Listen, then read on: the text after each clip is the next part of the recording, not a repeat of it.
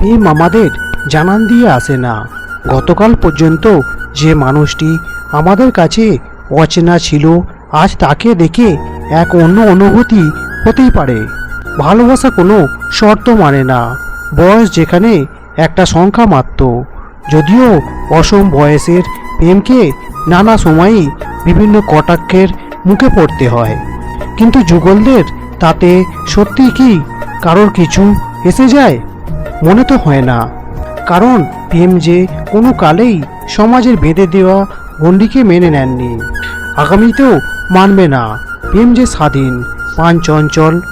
বয়সের বেড়াজালে প্রেমকে আটকে রাখা যায় না।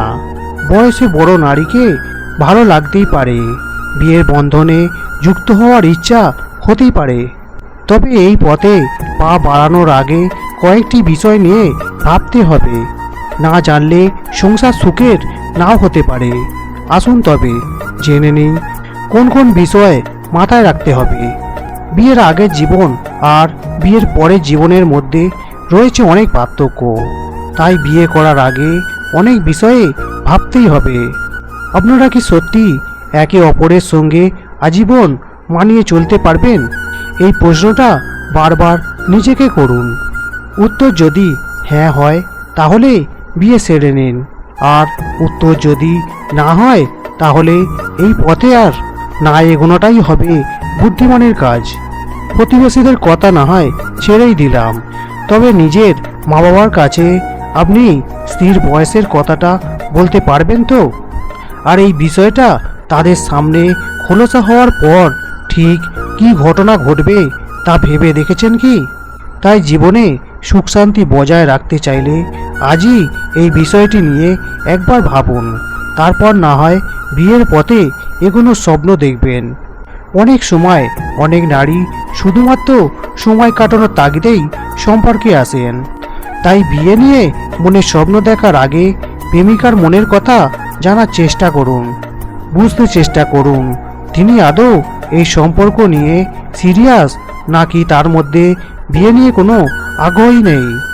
এই বিষয়টা সম্পর্কে সঠিক তথ্য পাওয়ার পরই আপনার সঠিক সিদ্ধান্ত নিতে সুবিধা হবে।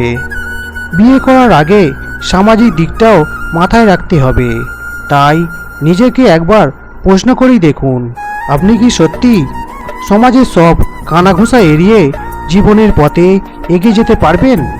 এই প্রশ্নের উত্তর যদি হ্যাঁ হয় তাহলে অবশ্যই 4 হাত এক করার কাজে লেগে পড়ুন। আর অন্তর থেকে উত্তর না এলে আপাতত একটু দাঁড়িয়ে যান, ফের কিছুদিন ভাবুন, তারপরই না হয় কোনো সিদ্ধান্ত নেবেন। বিয়ে করো বললেই তো হলো না, বরং বিয়ে করার জন্য পকেটে জোর থাকাটা জরুরি, নইলে যে কিছুদিনের মধ্যেই ভালোবাসা উবে যাবে। তাই সবার প্রথমে নিজের অর্থনৈতিক দিকটা ভেবে দেখুন। যদি আপনার পকেটে জোর থাকে তাহলে ধুমধাম করে বিয়ে সেরে নিন, আর অর্থনৈতিক অবস্থা খুব ভালো না হলে আপাতত কিছুদিন এই পথে পা না বাড়ানোই হবে বুদ্ধিমানের কাজ।